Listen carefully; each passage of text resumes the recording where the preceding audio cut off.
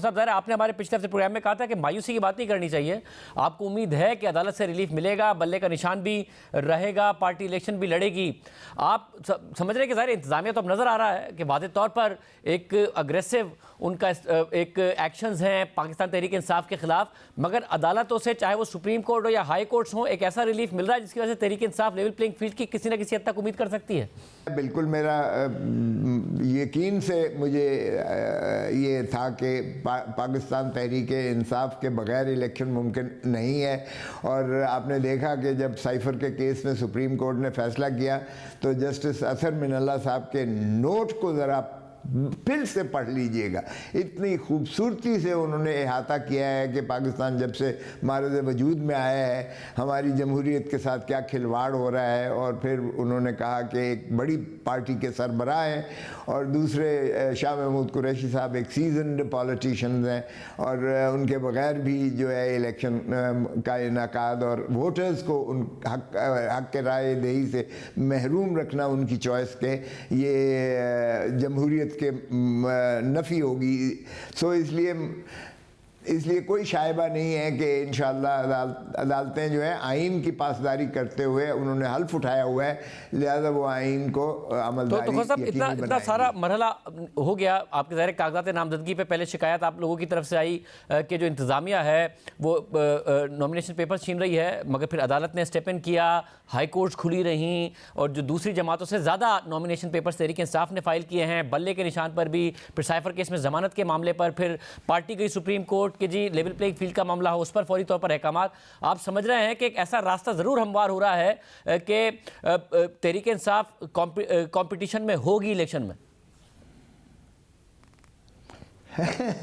Tehreek Insaf competition, Tehreek Insaf کے خوف سے باقی پارٹیاں جو ہیں وہ بھاگنے کی راہ فرار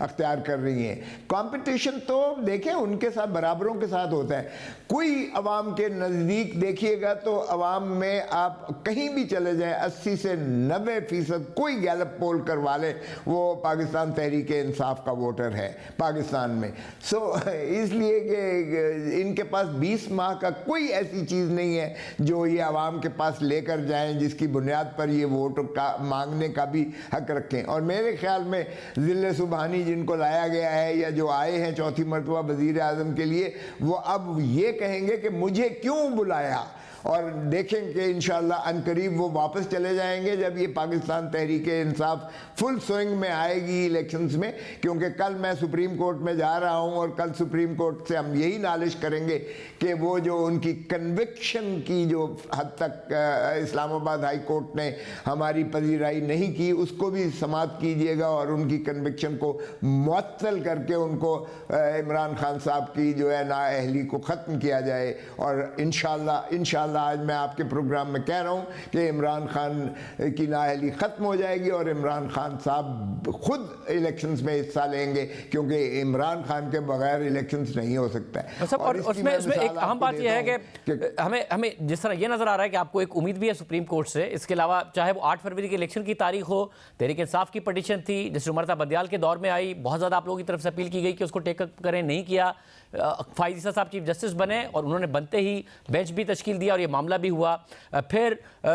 اور 8 فروری کی تاریخ بھی ملی، پھر لیول پلینگ فیلڈ کا معاملہ ہو، سائفر کیس میں ضمانت کا معاملہ ہو. اس کے باوجود ہم نے کچھ رہنما دیکھا ہے تحریک انصاف کے سوشل میڈیا پر کہ جیسے قاضی فائز عیسیٰ صاحب پر پھر بھی وہ تنقید کرتے نظر آتے ہیں. آپ سمجھتے ہیں فیئر تنقید ہوگی کیونکہ بینچ بننا، اس کے علاوہ تحریک انصاف کو ریلیف ملنا، انتظامیہ ایک طرف جو سختی کر رہی ہے، کریک ڈاؤن کر رہی ہے، دوسری طرف عدالت سے ریلیف مل رہا ہے انہیں؟ دیکھیں سختی تو میں نے خود اپنی آنکھوں سے دیکھی ہے میرے اپنے ضلع میں، اور میری بہو کو اٹھا لیا گیا. تو سختی تو بالکل ہے، لیکن آپ نے صحیح کہا کہ اس تمام سختی کے باوجود، تمام استحصالی حربوں کے باوجود ہمارے کینڈیڈیٹس کو روکا گیا، ان کے پروپوزر اور سیکنڈر کو روکا گیا، بلکہ کئی جگہ پہ 216 کے پرچہ درج کر کے اور پروپوزر سیکنڈر کو اندر کر دیا گیا ہے اور ان کے جو ہے نامینیشن پیپرز بھی پھاڑ دیے گئے ہیں. اور میں نے خود جا کے کے جو ہے نارووال میں جا کے میں نے پارٹی کے جو جن کو انکار کر رہے تھے میں نے خود جا کے داخل کروائے. تو اس لیے اس کے باوجود اس چیز سے ہی آپ اندازہ کیجئے گا کہ سب سے ریکارڈ ہائیسٹ جو کینڈیڈیٹس ہیں وہ ان الیکشنز میں پاکستان تحریک انصاف کے ہیں, اور اس قدر تشدد کے اور اس قدر جو ہے استحصال اور اس قدر گھٹن اور اس قدر